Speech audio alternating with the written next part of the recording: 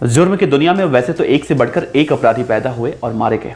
उनके अपराधों को देखकर सुनकर हर कोई चौंक गया, चाहे वो निर्भया के आरोपी हों या फिर अंजलि के आरोपी।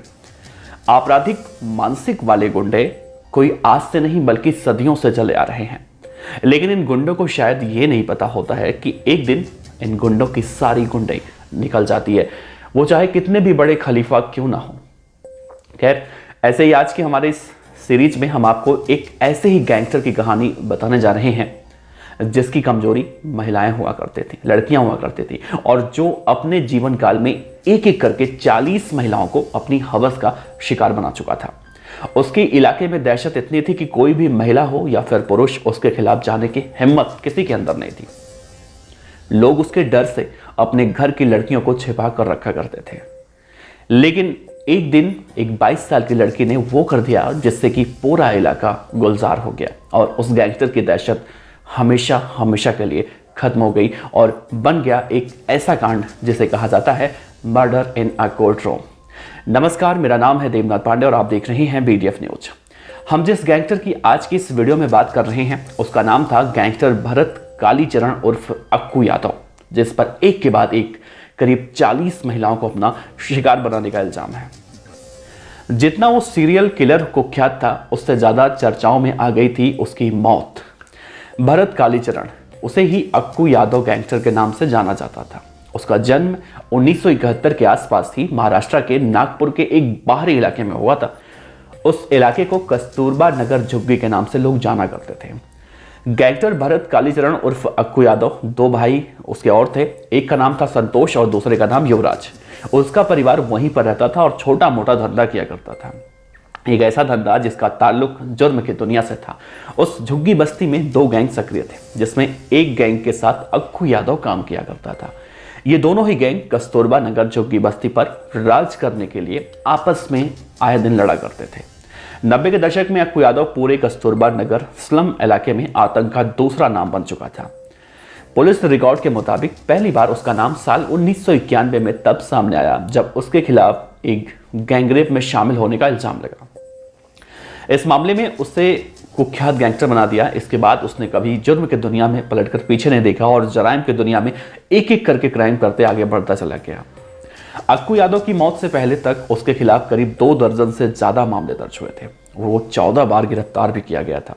उसके खिलाफ रेप, हत्या, डकैती, जबरन वसूली, घर पर हमला, हमले की धमकी जैसे संगीन मामले दर्ज किए गए थे।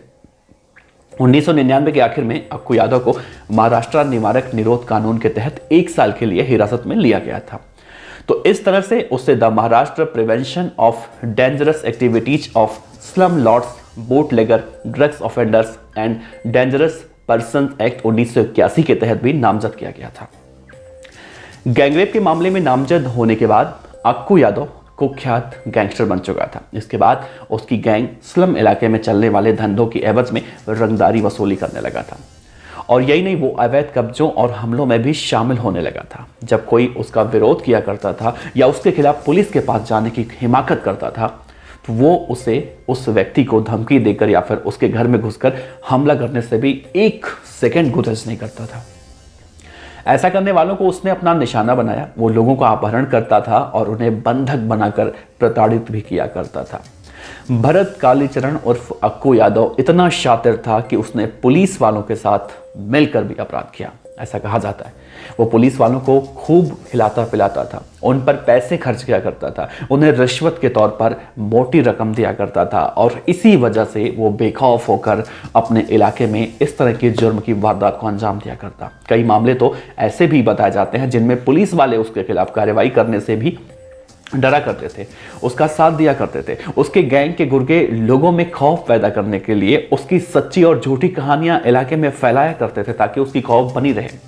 उसकी करतूतों का बखान किया करते थे ताकि कोई भी उसके खिलाफ खड़ा होने का साहस न कर सके। गैंगस्टर अक्कू यादव जब जुर्म की दुनिया में नाम कमा रहा था तभी उसके सिर पर हवस का ऐसा जुनून सवार हुआ कि वो अपराधी एक वहशी दरिंदा बन गया। औरत उसकी कमजोरी बन गई और इसी कमजोरी ने उसे सीरियल रेपिस्ट के साथ साथ सीरियल किलर भी बना दिया।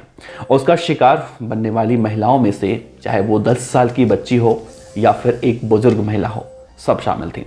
उसके बारे में हैवानियत की बहुत सारी कहानियां प्रचलित हैं जो लोग सुनते हैं दहशत से भर जाते हैं। दरअसल जब भी वो इलाके में निकलता था तो महिलाएं अपने घरों में छिप जाया करती थी और अपनी बच्चियों को भी छिपा लिया करती थी। अक्कू यादव की आदत थी कि अगर उसे कोई महिला या लड़की पसंद आ जाती थी तो उसे हर हाल में अपना शिकार बनाने की कवायद में वो जुट जाया करता था, चाहे वो प्यार से हो या फिर जबरदस्ती। एक बार अगर कोई महिला उसके चंगुल में फंस जाती थी तो पहले वो बेरहमी से उसकी इज्जत लूटा करता था और उसके बाद जब हवस मिट जाता था तो हवस मिटाने के बाद उसका कत्ल किया करता था। वो अपने शिकार को तड़पा तड़पा कर मारता था। उससे न जाने क्या हो जाता था कि जब वो तेज धारदार चाकू या फिर उसके जैसे किसी हथियार से अपने शिकार के जिस्म को गोद कर छलनी कर दिया करता। वो तब तक अपने शिकार पर वार करता था जब तक उसका जिस्म ठंडा न पड़ जाए। जहां वो वारदात को अंजाम दिया करता था वहां हर तरफ बिखरा खून और मुर्दा जिस्म उसकी दरिंदगी की गवाही दिया करते थे। गैंगस्टर अक्कू यादव ने इतनी महिलाओं के साथ रेप किया था कि कस्तूरबा नगर झुग्गी बस्ती के हर दूसरे घर में एक रेप पीड़िता मौजूद थे। उस वक्त लोग उसे कस्तूरबा नगर का गब्बर सिंह भी कहा करते थे। कभी वो किसी की मोटरसाइकिल छीन लिया करता तो कभी किसी का मोबाइल फोन भी छीन लिया करता। गैंगस्टर अक्कू यादव ने वहां रहने वाली अंजना बाई बोरकर की बेटी आशा बाई की 16 साल की पोती के सामने रेप के बाद उनका बहुत ही बेरहमी से कत्ल कर दिया था। अक्कू ने उसकी बालियों के लिए उसके कान और अंगूठियों के लिए उसकी उंगलियों को काट दिया था। वो लोगों का कत्ल किया करता था और लाश को रेल की पटरियों पर फेंक दिया करता था। एक पीड़िता ने पुलिस को बताया था कि एक दिन सुबह सुबह करीब 4 बजे भरत कालीचरण उर्फ अक्कू यादव उनके घर में जबरन घुस आया। पहले तो उसने उनके दरवाजे पर दस्तक दी और जब घर वालों ने अंदर से पूछा कि बाहर कौन है तो उसने जवाब दिया कि वो एक पुलिस वाला है। जैसे ही वो महिला अपने पति के साथ दरवाजा खोलती है, अक्कू ने उस पर तुरंत धावा बोल दिया।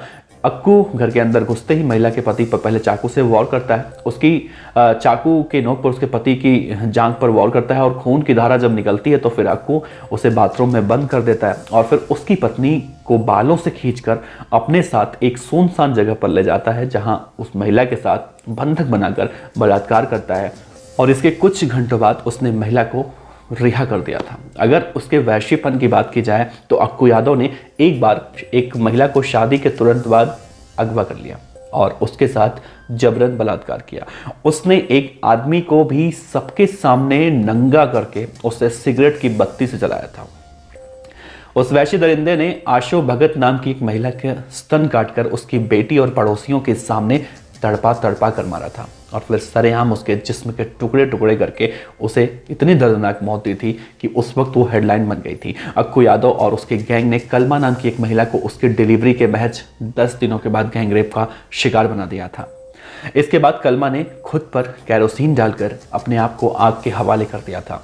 भरत कालीचरण उर्फ अक्कू यादव के एक पड़ोसी जिसका नाम अविनाश तिवारी बताया जाता है, उसने एक बार अक्कू यादव के खिलाफ पुलिस को रिपोर्ट करने की योजना बनाई, लेकिन वो ऐसा नहीं कर पाए। इससे पहले ही अक्कू यादव ने उसकी हत्या कर दी। ये घटनाएं तो केवल एक बानगी भर कही जाती हैं। अक्कू यादव ने ऐसी न जाने कितनी ही वारदातों को अंजाम दिया और आए दिन अक्कू की करतूतों में लगातार इजाफा भी देखने को मिलने लगा था, जिसकी वजह से पूरे नागपुर में पुलिस जनता के निशाने पर आने लगी थी।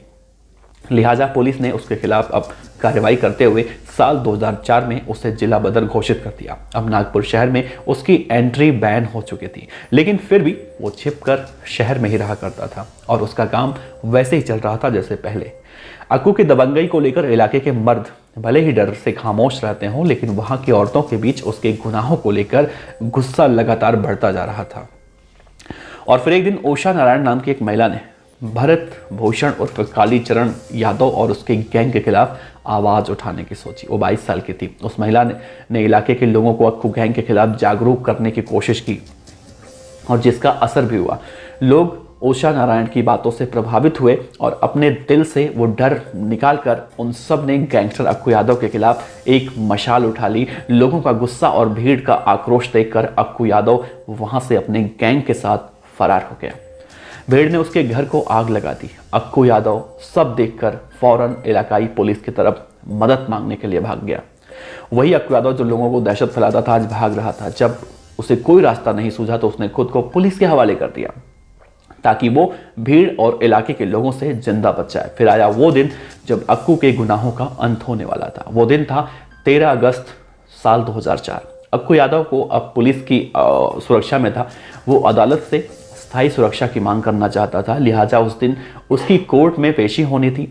पुलिस भारी सुरक्षा के बीच उसे नागपुर की जिला कोर्ट में लेकर आने वाली थी। कोर्ट नंबर 7 में आरोपी की पेशी उस वक्त होनी थी। ये बात पूरे शहर भर की महिलाओं को मालूम थी, इसीलिए उस दिन कोर्ट परिसर महिलाओं से खचाखच भरा हुआ था। पुलिस भारी भीड़ के बीच उस दरिंदे को लेकर कोर्ट में दाखिल होती है और जैसे ही पुलिस अक्कू यादव को लेकर कोर्ट नंबर 7 में दाखिल हुई, तभी अचानक वहां पर मौजूद महिलाओं का एक हुजूम अक्कू यादव पर अटैक बोल देता है, हमला बोल देता है। उसके चेहरे पर लाल मिर्च का पाउडर फेंका जाता है। उसके जिस्म पर महिलाओं ने चाकू और पत्थरों से वार किए। वो महिलाओं की भीड़ के बीच नजर भी नहीं आ रहा था। कोर्ट में ये मंजर देखकर जज साहब भी खौफजदा हो चुके थे। इससे पहले कोई कुछ समझ पाता, किसी ने अक्कू का प्राइवेट पार्ट भी काटकर उसके जिस्म से अलग कर दिया। कुछ देर बाद अक्कू की आवाज आनी बंद हो गई। अक्कू शांत पड़ चुका था। पुलिस ने कोर्ट को चारों तरफ से घेर रखा था। मौके पर करीब 400 महिलाएं मौजूद थीं। कोर्ट में बने विटनेस बॉक्स के पास एक आदमी खून से लहूलुहान हालत में उस वक्त पड़ा था, जिसकी सांसें लगभग थम चुकी थीं और जिस्म ठंडा पड़ चुका था। खून से उसके सफेद बाल भी लाल हो चुके थे। कोर्ट में अक्कू यादव का कत्ल हो चुका था। वहां मौजूद सभी महिलाओं ने जज साहब से कहा कि उन सब ने मिलकर एक वैश्य दरिंदे का कत्ल किया है और अब उन्हें गिरफ्तार कर लिया जाए। क्योंकि सभी महिलाओं ने हत्या की जिम्मेदारी ले ली थी, तो पुलिस ने कुछ महिलाओं को मौके वारदात से उस वक्त गिरफ्तार किया था। हालांकि कुछ दिन बाद उन सभी आरोपी महिलाओं को बरी कर दिया गया, लेकिन महाराष्ट्र सीआईडी ने अपनी जांच में उस वक्त ये बात कही थी कि अक्कू यादव की लिंचिंग की गई है और जिसे 4 पुरुषों ने अंजाम दिया है। जिन महिलाओं ने इस हत्याकांड की जिम्मेदारी ली थी, उन सभी महिलाओं को लेकर कहा जा रहा था कि वो उन पुरुषों की रक्षा कर रही थी। वहां मौजूद महिलाओं ने पुलिस की इस बात को एक सिरे से नकार दिया था। तो इस तरह से इस खूंखार वैश्य दरिंदे का अंत हुआ, जो नागपुर के उस स्लम एरिया में आतंक का पर्याय बना हुआ था। हालांकि कहा जाता है कि उसके बाद अक्कू यादव या फिर उसके गैंग के लोग या फिर उसके घर के लोग इस तरह की हिमाकत दोबारा से नहीं कर पाए।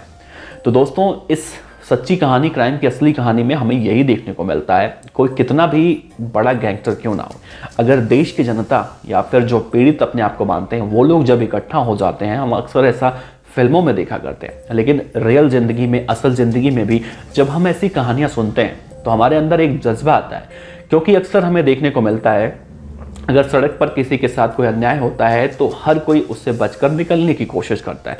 लेकिन सोचिए, जिस तरह से इन सभी महिलाओं ने इकट्ठा होकर उस बदमाश से पंगा लेने की सोची या फिर उसके आतंक से बहुत ज़्यादा प्रताड़ित हो चुकी थी, तो एक खतरनाक गैंगस्टर का अंत तो हुआ। लेकिन अब इसको अगर कानून की दृष्टि से देखा जाए तो इसे भी नहीं सही कहा जा सकता, क्योंकि ये एक हिंसा के उसमें आता है। लेकिन अगर कानून, पुलिस प्रशासन भी अगर समय रहते गैंगस्टर अक्कू यादव पर कड़ी कार्रवाई करता तो शायद उन सब महिलाओं की जान नहीं जाती जो 40 महिलाएं इस खतरनाक वैश्य दरिंदे अक्कू यादव का शिकार हुई थी। तो फिलहाल इस खबर को लेकर आपका क्या कहना है? आप गैंगस्टर अक्कू यादव को अगर इससे पहले भी जानते थे तो नीचे कमेंट बॉक्स में जरूर बताएं, और क्या गैंगस्टर अक्कू यादव के साथ सही हुआ, गलत हुआ, ये भी अपने विचार जरूर साझा कीजिएगा। आपका बहुत बहुत शुक्रिया। देखते रहिए BDF न्यूज़। नमस्कार।